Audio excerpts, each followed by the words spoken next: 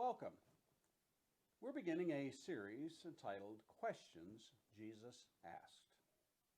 For today and the next 29 days that follow, this 30-part series will look at the questions that Jesus asked, questions he asked to his disciples, questions he asked to those whom he came in contact with. At one point in Jesus' ministry, he began to teach using parables as one of the vehicles for imparting knowledge. This method puzzled the disciples, and their response was typical.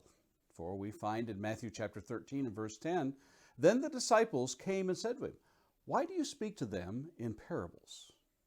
Mark records the situation this way in Mark chapter 4 and verse 10. "And when he was alone, those around him with the 12 asked him about the parables." Luke also records it similarly. While this study is not about the parables, I use this as an illustration to show that Jesus' methods of teaching were unusual, to say the least, and rather puzzling to the disciples. It goes to show that Jesus was not interested in simply dumping information on the disciples so that they had to memorize by rote the things he taught them. Do you remember the time when Jesus handed out the midterm exam to the disciples and then graded them on the curve?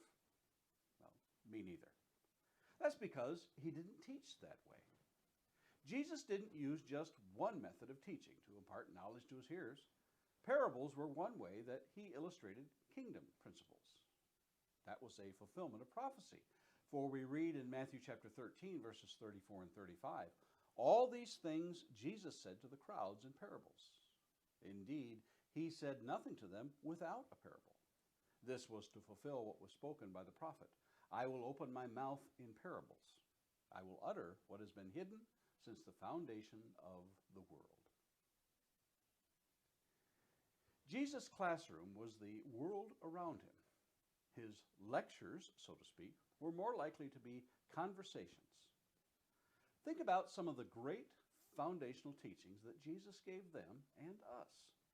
They centered around a conversation. Take Nicodemus' conversation with Jesus in John chapter 3, verses 1 through 4. "Now there was a man of the Pharisees named Nicodemus, a ruler of the Jews. This man came to Jesus by night and said to him, 'Rabbi, we know that you are a teacher come from God, for no one can do these signs that you do unless God is with him.' Jesus answered, 'Truly, truly, I say to you, unless one is born again, he cannot see the kingdom of God.' Nicodemus said to him, 'How can a man be born when he is old? Can he enter a second time into his mother's womb and be born?' Or take the conversation with the Samaritan woman at the well in John chapter 4, verses 7 through 11. A woman from Samaria came to draw water. Jesus said to her, 'Give me a drink,' for his disciples had gone away into the city to buy food. The Samaritan woman said to him, 'How is it that you, a Jew, ask for a drink from me, a woman of Samaria? For the Jews have no dealings with Samaritans.' Jesus answered her, 'If you knew the gift of God and who it is that is saying to you, "Give me a drink," you would have asked him, and he would have given you living water.' The woman said to him, 'Sir, you have nothing to draw water with, and the well is deep. Where do you get that living water?'" Notice in these two examples that it is not Jesus who is asking the questions, but those whom he is meeting. It is those who are seeking knowledge that Jesus is only too happy to grant access to eternal truths. Take note of how many times in the context of a conversation, and not the lecturing to a class, that Jesus makes some of his fundamental teaching. Now, if I were to ask you how many questions Jesus asked during his ministry here on earth, what would your answer be? Well, that's what I wanted to know, and I didn't want to take someone else's word for it. Not that I doubted their counting, but because I saw so many different answers, I knew it must be a rather difficult endeavor to find out. I did not want to build on someone else's work. Further, I have found that learning things for yourself is good for you. Now, I know that's not a real scientific explanation, but it will suffice for what we're going to endeavor.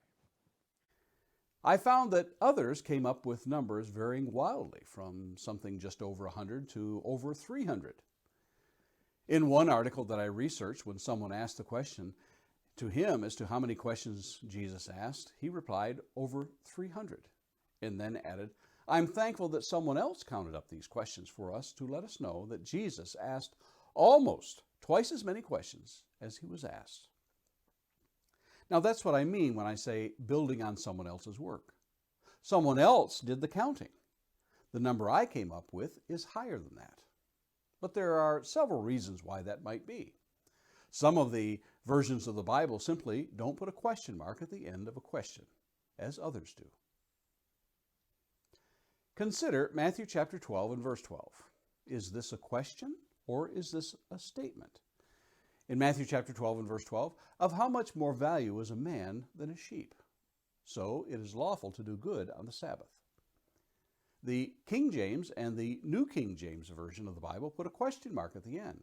Most other versions don't. Sometimes a question is counted as one when in fact there are two or more within it. For example, Matthew chapter 6 and verse 25.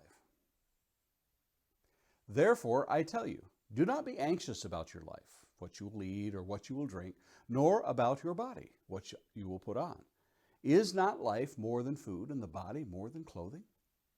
I count this as two questions. Number one, is not life more than food? And the second is not the body more than clothing? Or take Matthew chapter 12 and verse 48. But he replied to the man who told him, who is my mother and who are my brothers? The first question is, who is my mother? The second, who are my brothers? But that gets really picky, and a grammarian might come along and burst my bubble by getting really technical. The point I'm trying to make is Jesus asked a lot more questions than we realize. Now, for the crux of this introduction, why did Jesus ask questions? In John chapter 6 and verse 5, for instance, did Jesus really not know where there was bread? In this case, we are told immediately why he asked that question. For we read, lifting up his eyes then and seeing that a large crowd was coming toward him, Jesus said to Philip, where are we to buy bread so that these people may eat? In verse 6, he said this to test it, for he himself knew what he would do. In Matthew chapter 20 and verse 32, did Jesus really not know what the blind men wanted him to do? For we read beginning in verse 30, and behold, there were two blind men sitting by the roadside. And when they heard that Jesus was passing by, they cried out, Lord, have mercy on us, Son of David. The crowd rebuked them, telling them to be silent. But they cried out all the more, Lord, have mercy on us, Son of David. And stopping, Jesus called them and said, what do you want me to do for you? Or how about Matthew chapter 16 and verse 13, when Jesus asked his disciples? Now when Jesus came into the district of Caesarea Philippi, he asked his disciples, who do people say that the Son of Man is? The question is a means to an end. It is a teachable moment. So it is in the next 29 days as we shall look at some of the most important questions Jesus asked. But we will cover but a small percentage of those he asked. Do you know how many questions Jesus asked? Well, I know the number I came up with. But perhaps during the devotionals that follow, I might give you the number. But what would you think of researching this for yourself for the answer? I hope you'll gain a greater insight into the teaching of Jesus during his ministry on earth as we go through just a brief encounter of the questions he asked. Imagine that he is asking these questions to you, and you must answer them. You may find that these are just as relevant today as when he asked them nearly 2,000 years ago. And Lord willing, join us tomorrow as we begin our study into the questions that Jesus asked.